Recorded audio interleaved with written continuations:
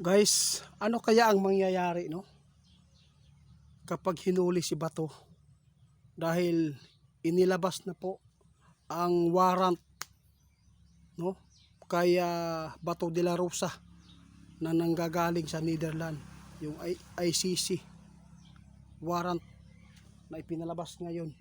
Kaya gusto daw nilang malaman mga idol kapag hinuli si Bato dito ng aktual at marami pong nakapaligid na mga supporters, malalaman po ninyo ang mangyayari. Kaya tatandaan po natin mga idol, ang tao pag nasubrahan na talagang mawawala talaga yan sa magandang pag-iisip. Pagsisihan po ng mga taong ito na ito ay magdudulot ng kapahamakan. Kawawa mga inosente no? Mga inosente na sasaktan.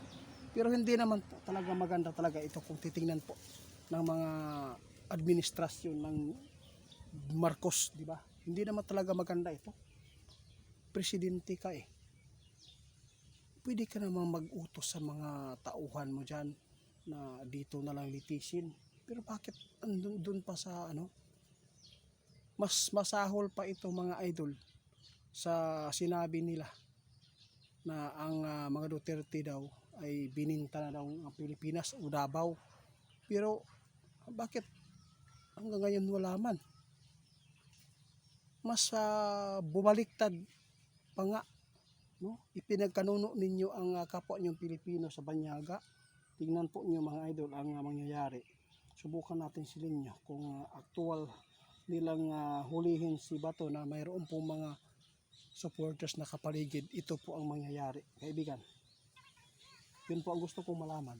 Kung talagang inilabas na po ang warrant of arrest para kay Bato na gagaling po doon sa Netherlands, ano po ang nakikita po ninyo na epekto nito?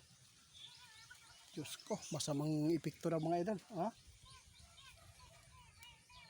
Diyos ko mga idol, talagang nakakakilabot.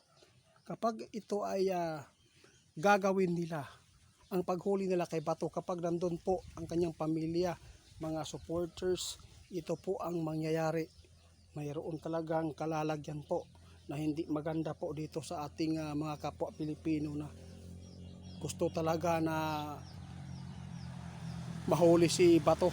Tandaan ninyo mga idol, masama talaga ang nakita ng ating kaibigan dito.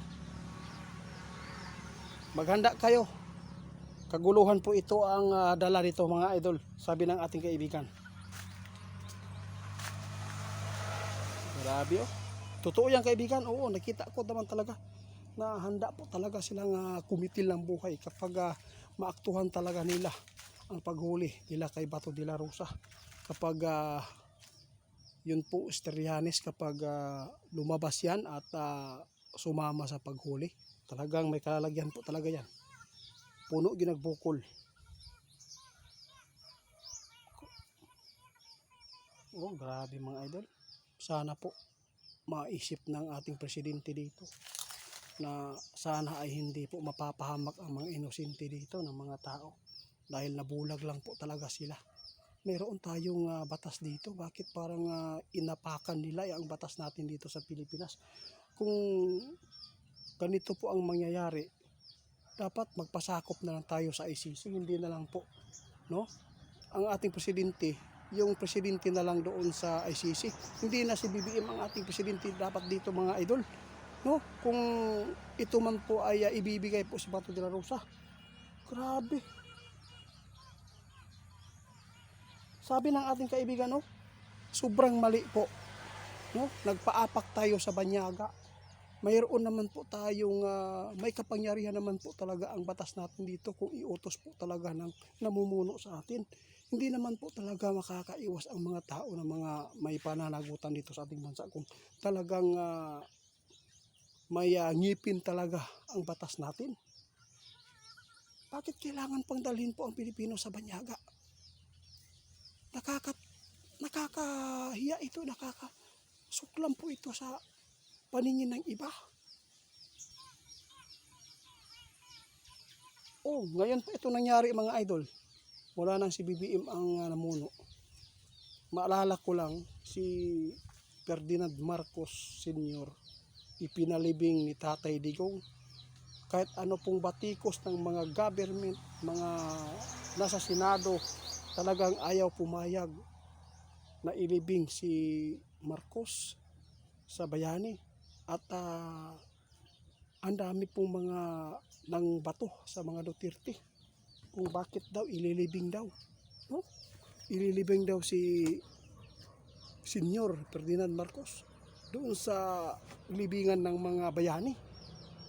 Pero dahil po sa kabutihan ng ating ex-president na si Tatay Digong, ipinalibing po niya yan para po ay mabigyan po ng magandang libingan.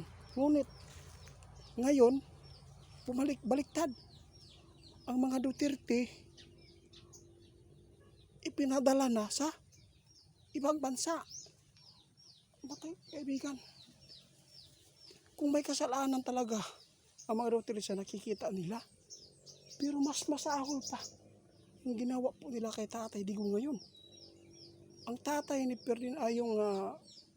Ferdinand Marcos Jr., inayos ni Tatay Digong.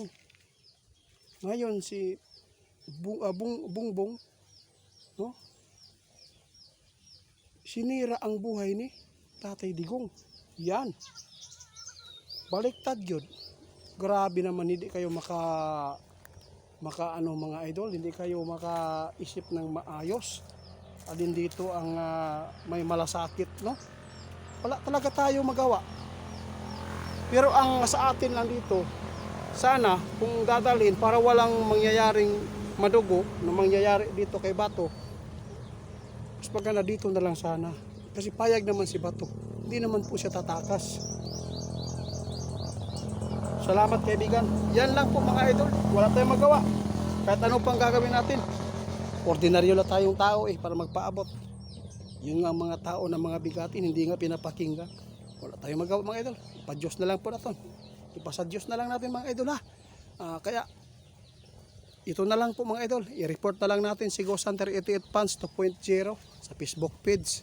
Dahil yung mga pinaghirapan po natin na ituro na mga herbal, ninakaw po niya yung video natin at hindi na hindi na nanonood yung iba sa atin dahil sa kanya akala po siguro ng iba, no, ako pa rin yung account na yan. Hindi, scammer po yan si Ghost Hunter 88 Fans.